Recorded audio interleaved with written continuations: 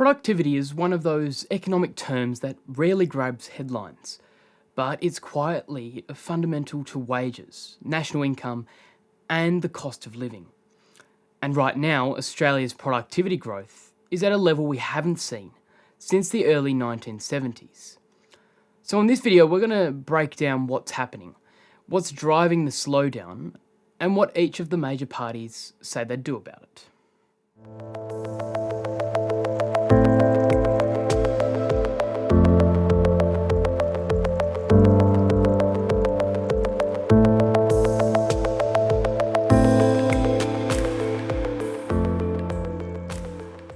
First, let's start with some definitions. Productivity in this context refers to labour productivity, the amount of output an economy generates per hour worked. If that number rises, it means workers are producing more, often due to better tools, smarter processes, or innovation. When it stagnates, wage growth stalls, living standards flatten, and economic capacity is constrained. In other words, productivity isn't about working harder, it's about working more efficiently. Right now, productivity growth in Australia has effectively ground to a halt. According to the Reserve Bank, labour productivity actually declined in 2023 to 24.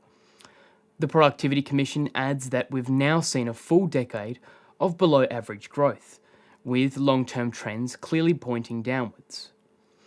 The last time productivity was this low was in the early 1960s, during black and white TV, and before decimal currency.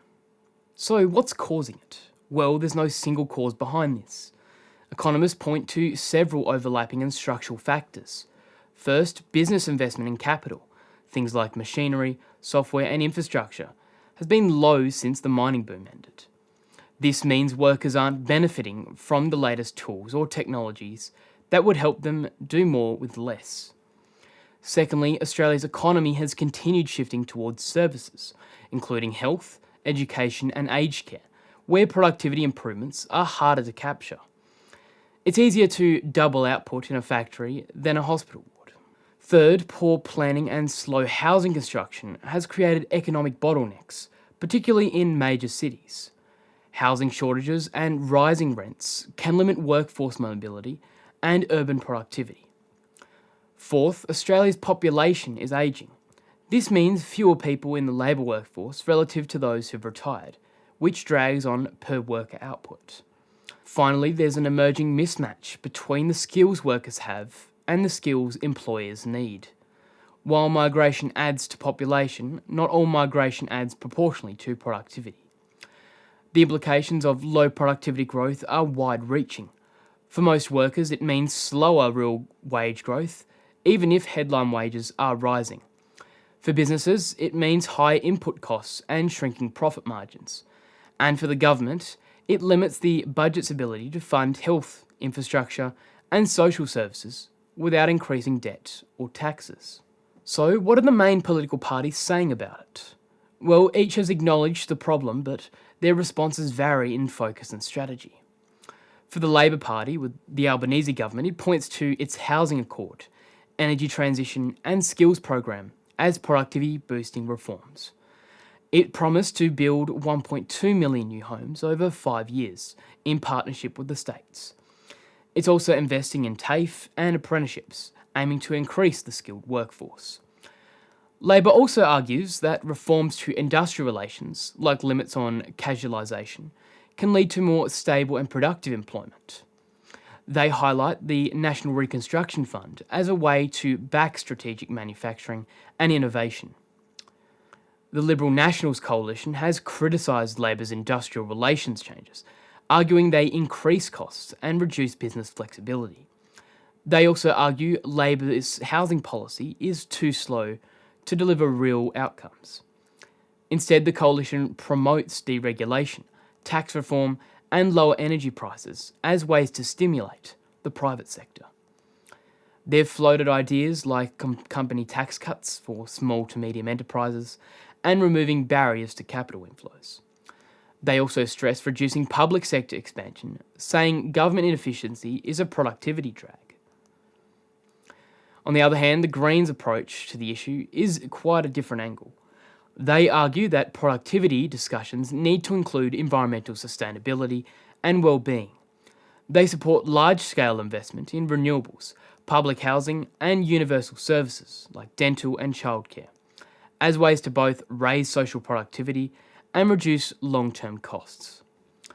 While they don't focus heavily on traditional productivity metrics, their policy settings aim to shift investment towards what they call future-proof sectors. Beyond party lines, economists in business groups have floated several reforms to improve productivity. These include speeding up housing approvals, boosting digital infrastructure, revamping education curricula, and rethinking how we evaluate public sector efficiency. The Productivity Commission has also recommended a deeper review of competition laws, arguing that market concentration in sectors like supermarkets, energy, and banking may be limiting innovation and productivity. So, what comes next? Well, whether it's automation, better planning, or structural reforms, the key takeaway is this: productivity doesn't improve overnight. It requires long-term commitment, stable policy settings, and coordination between businesses, government, and workers. Whichever party forms government, Australia's productivity slowdown will remain a key challenge to address in the years ahead. Thank you for watching this video. If you've enjoyed our content, consider subscribing and ringing the bell so you can keep in the loop regarding the important news stories from the world and around Australia. I'd also like to announce the release of our 8th edition of the Snapshots newspaper. This edition highlights significant global headlines from the world and around Australia, and we've doubled our content quality and quantity, and we're also planning on including a black spots area in our newspaper in the next edition, so keep an eye out for that. Lastly, I'd like to thank our regular supporters and the team for making our video possible. Your support is crucial, and if you'd like to help, consider subscribing, buying us a coffee, or purchasing some of our merchandise. Once again, I'm Heath Clark. Thank you for watching, and I'll see you on the next video.